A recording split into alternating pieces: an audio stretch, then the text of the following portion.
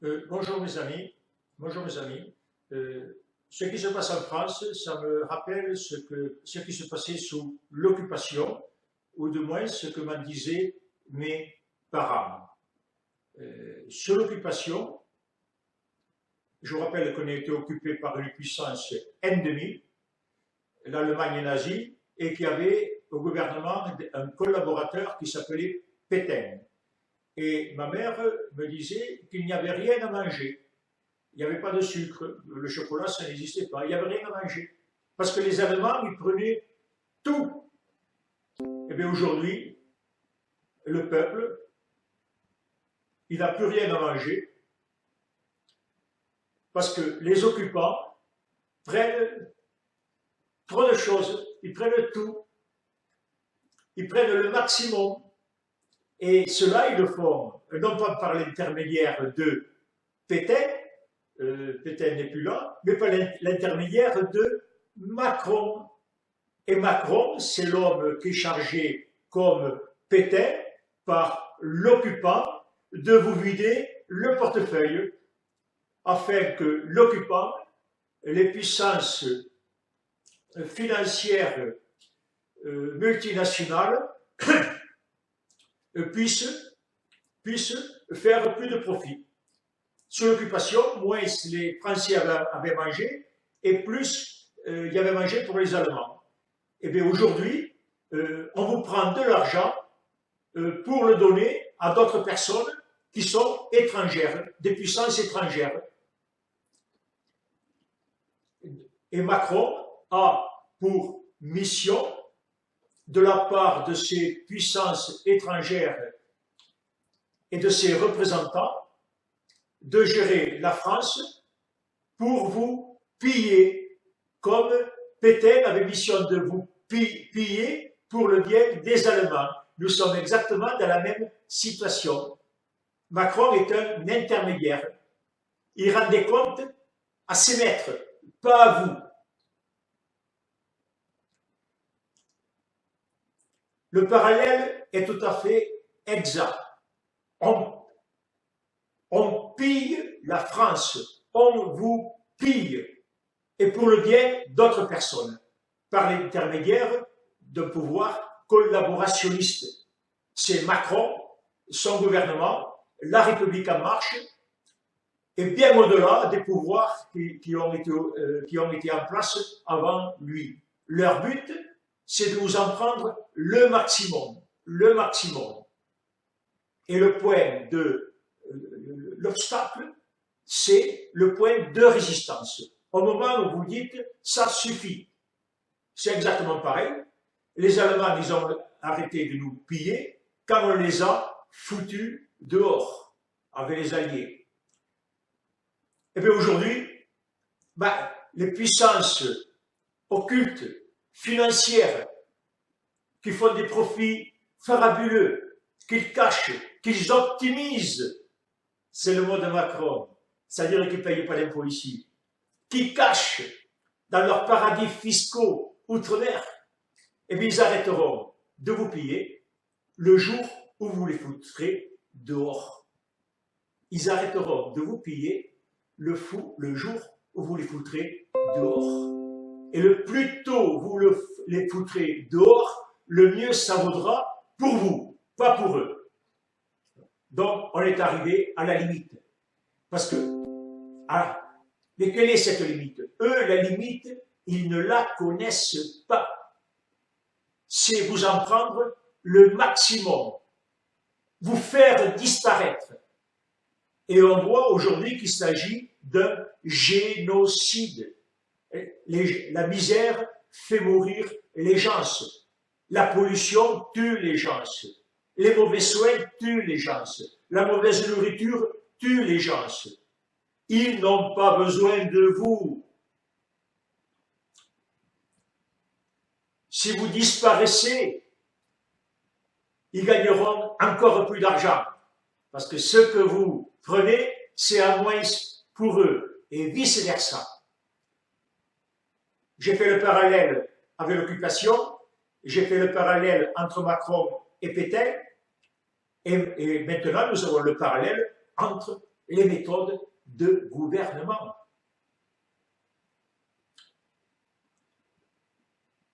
Macron fascise le régime.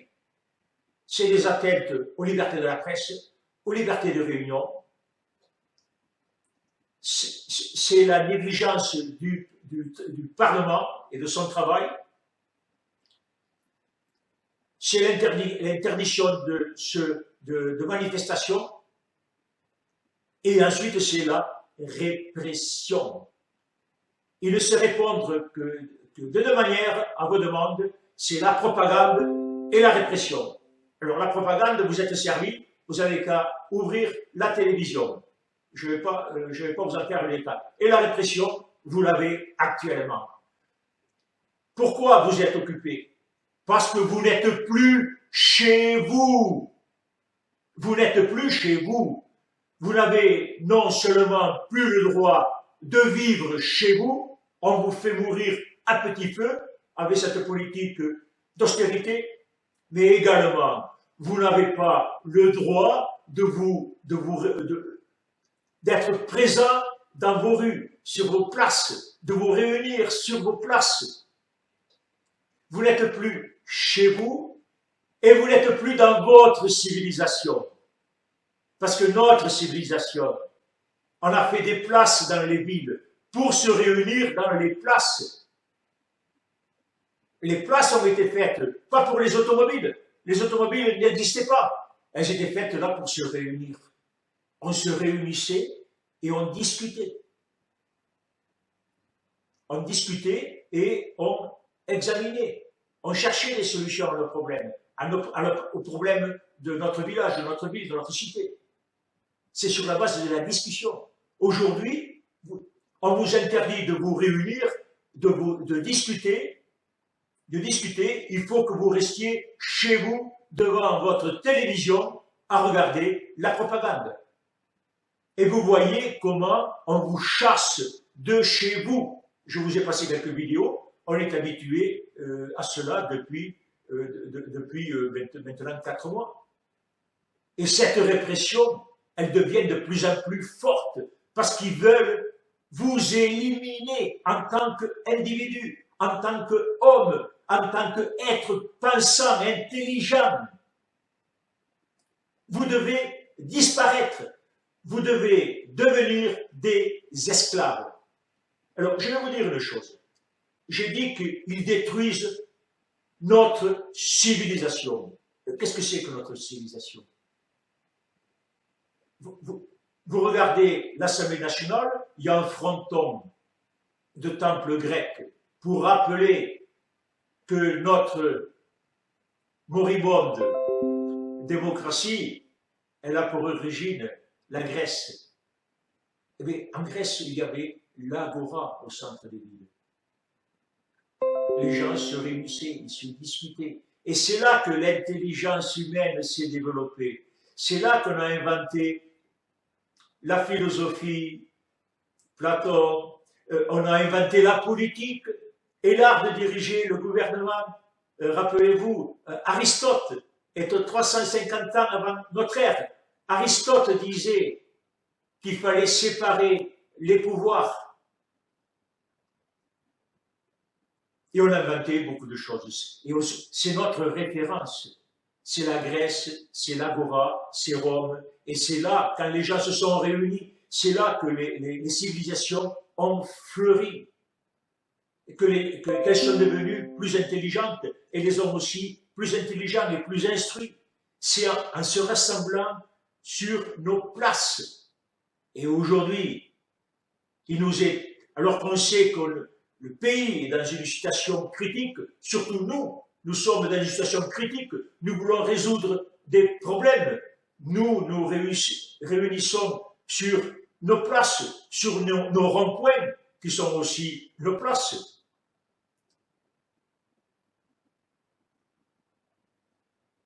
Et vous voyez,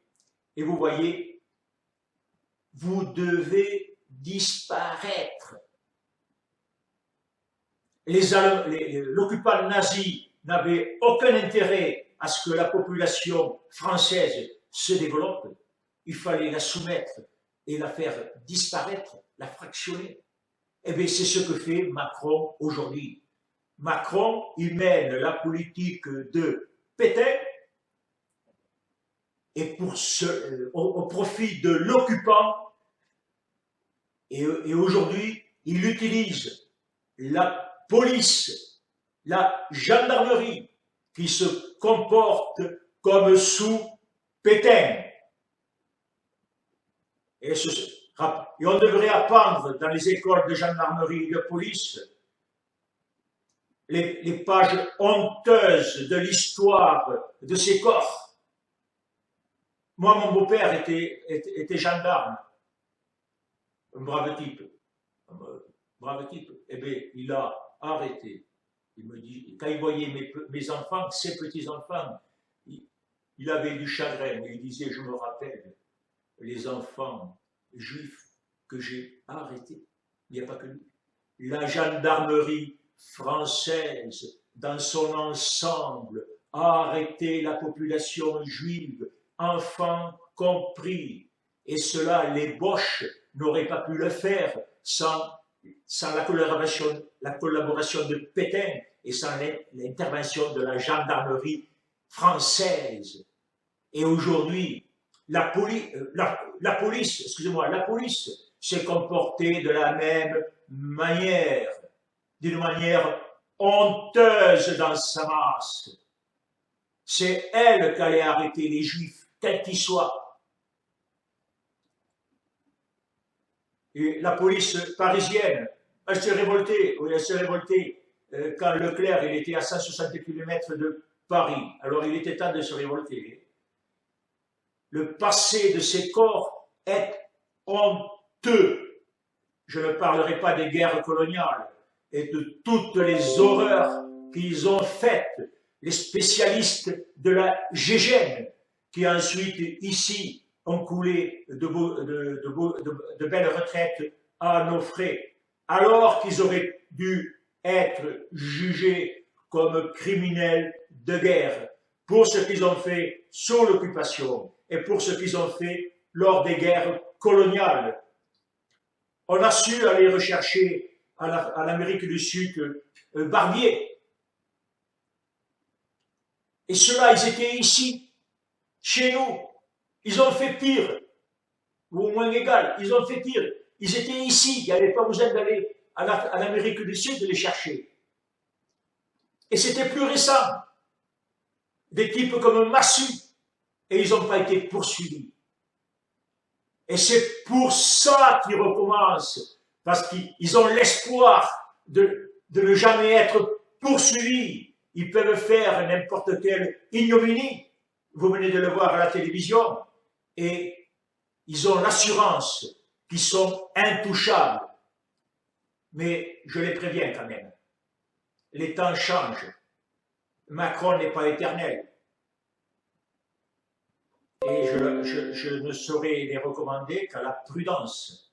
Alors, on a vu les images de samedi, et on voit qu'ils ont suivi les consignes de Castaner, qui leur a dit, vous chargez et vous matraquez.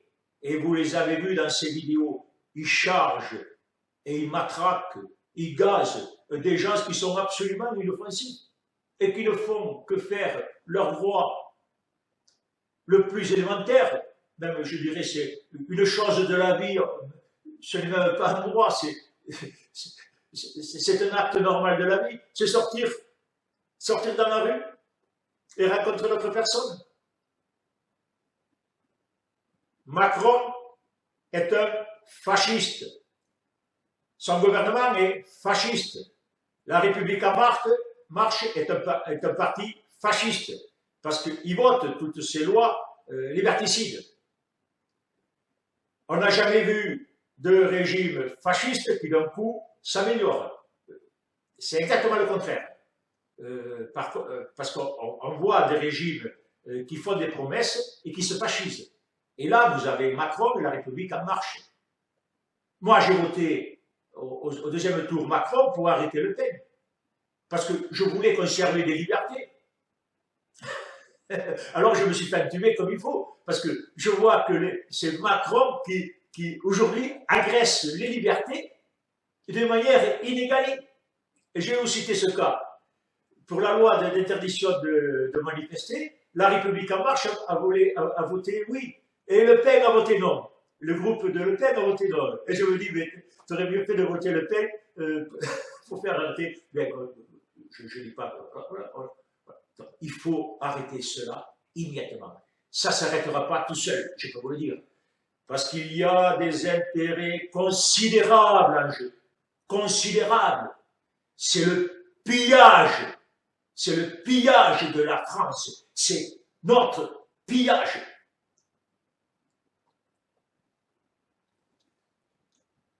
Je vais vous dire une chose. J'ai vécu 25 ans en Russie, et j'ai assisté à la privatisation. La privatisation russe, que ça a été? Ça a été le pillage des bijoux, pas de la couronne, mais des bijoux de la Russie. C'est-à-dire, c'est un groupe de personnes en combine avec le pouvoir qui ont saisi toutes les richesses de Russie. Le gaz, le pétrole, le diamant, le nickel. Et aujourd'hui, la privatisation qui est engagée par Macron, c'est le pillage de la France. Après cela, il ne restera définitivement plus rien. Et vous le voyez derrière ce qui s'est passé avec la privatisation des aéroports de Paris. C'est une affaire très rentable et stratégique. Et l'État et les collectivités locales s'en sont très bien débrouillés. Ils ont fait un ensemble d'aéroports autour de Paris qui marche très bien et qui a un rendement économique absolument parfait et qui se développe. Mais c'est parce qu'il y avait un rendement économique intéressant et que ça s'est développé qu'il a fallu le passer aux copains de Macron, à l'occupant. Et l'occupant, c'est Vinci, c'est Bouygues, c'est toutes ces sociétés qui ne pensent qu'une chose, à nous piller pour faire plus de profit. Voilà. Donc, sortez dans la rue. Ne faites pas comme les Russes qui sont restés chez eux alors que Poutine les pillait. Sortez chez eux, dans la rue, et vous les affrontez. Ils veulent vous charger. Eh bien, vous les chargez. Mais vous les chargez avec notre force, la masse. La masse. Maintenant, ils nous font courir parce qu'il n'y a que quelques milliers ou quelques dizaines de milliers de personnes dans la rue. Il faut sortir pas quelques milliers, mais quelques millions. Et je vous dis que c'est eux qui vont se mettre à courir sans qu'on les poursuive. Et même mieux, non seulement ils ne vont pas courir, mais ils vont passer dans notre camp. Parce que ces types-là, la police, la gendarmerie, ils font ça pour la paye. Parce qu'on les paye. Et vous l'avez vu, Macron l'a compris. Quand ils ont bougé un peu, grogné un peu, il leur a donné 150 € de plus par mois. Mais vous savez, Macron, il leur a donné 150 € de plus à tous les smigards et toutes les retraités. Le mouvement des Gilets jaunes se sera arrêté immédiatement. Mais il a donné 150 € de plus à la police et 300 € de prime pour que ces gens, comme des chiens qu'on nourrit bien, puissent se lancer sur les autres qui sont mal nourris et les faire recourir, les effrayer. Mais par la masse, il faut faire changer la peur de camp. Et comme ils ont changé de camp, à Paris, quand Leclerc était à 160 km de Paris, eh bien, je vous dis que les policiers et les gendarmes et tous les fonctionnaires, les chevauches du pouvoir, ils viendront dans notre camp. Je peux vous l'assurer, ce ne sont pas des gens courageux. Vous vous battez pour vivre. Eux, ils se battent pour la paix. Et leur axe de direction, c'est la paix. S'ils sentent que là-bas, il y a plus à gagner et qu'ici, c'est dangereux, ils changeront de camp. Bon, il faut sortir massivement dans les rues. Voilà ce que je voulais vous dire. Voilà ce que je veux dire. Alors, nous sommes, je ne mêle pas une république bananière, nous sommes une monarchie bananière. On se comporte exactement comme ces États bananiers où il faut payer la police et l'armée pour que le régime tienne. Le jour où la police et l'armée est mal payée, les régimes y tombent. Regardez, Macron, dernièrement, il a porté 40 millions d'euros au président du Tchad pour qu'il puisse payer les fonctionnaires. Sinon, son copain, le président, il disparaissait immédiatement, il se faisait renverser. Et ici, c'est pareil. On tient avec les gaz. Macron, il tient avec les gaz lacrymogènes, le flashball, la police, l'armée. Et si jamais la police et l'armée arrêtent de le soutenir, il fait comme Ben Ali. Il prend un hélicoptère et il s'en va, parce qu'il n'y a plus personne qui le soutiendra. Je vais rajouter quelque chose. J'ai vécu 25 ans en Russie, vous le savez, j'ai assisté à toutes les manifestations, j'ai vu les arrestations de Navalny, des manifestations interdites, pour la plupart. Mais la police russe n'a pas de flashball. Ils n'ont pas de grenades explosives. Ils ne tirent pas sur la foule. La police russe, à part à une exception qui confirme la règle que je pourrais vous parler, ils n'affrontent pas la foule.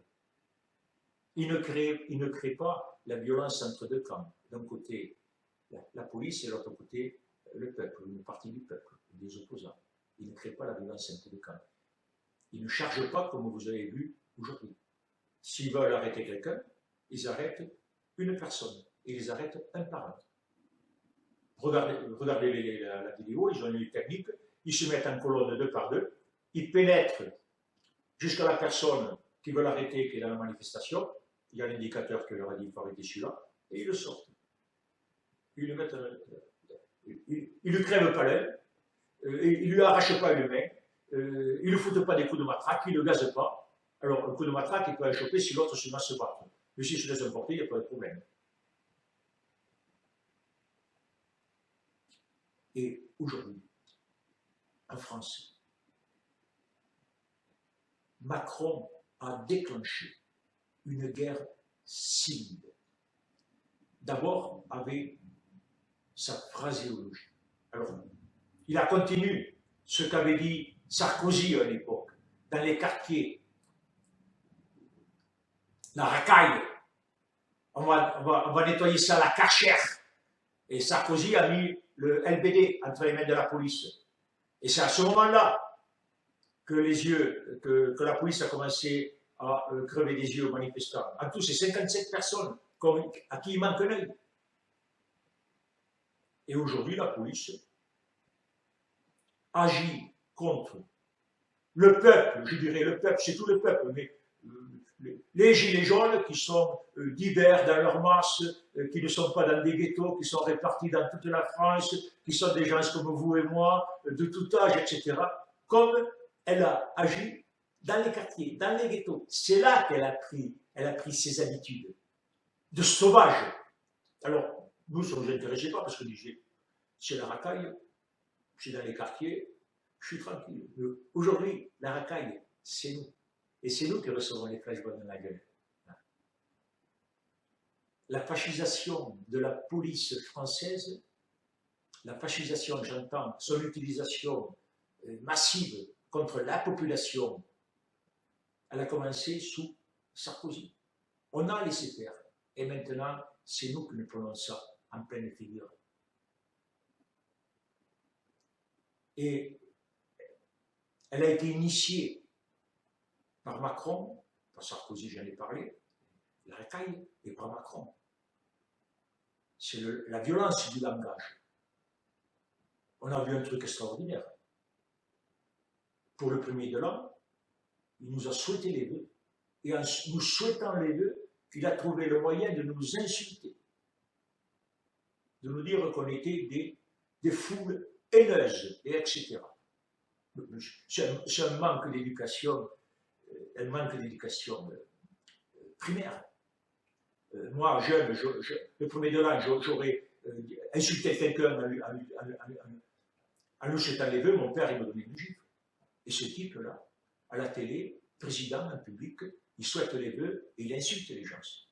Il ne peut pas s'en passer, parce qu'il est le peuple. Il y avait longtemps qu'il avait commencé, et il continue. Vous savez. Et puis après, et ensuite, maintenant, on est passé au niveau de violence physique, qui augmente continuellement. Alors, ce que manifeste samedi dernier, c'est pas tellement l'armée qui sera chargée du maintien de l'ordre, mais c'est la police qui exécute les ordres de Castaner. Vous les chargez. Ils sont tranquilles, ils font rien, ils ne sont pas armés, ils discutent.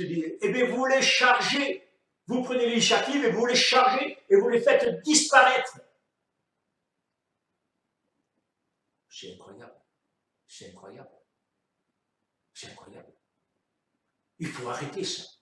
Il faut arrêter ça. Et puis après, je vous dis, c'est nous qui devons faire courir ces types. Il faut que la peur change de camp. Et pour ça, sortez massivement dans la rue. Des millions, c'est suffisant. Voilà ce que je vais vous dire après ce samedi, ce 19e samedi.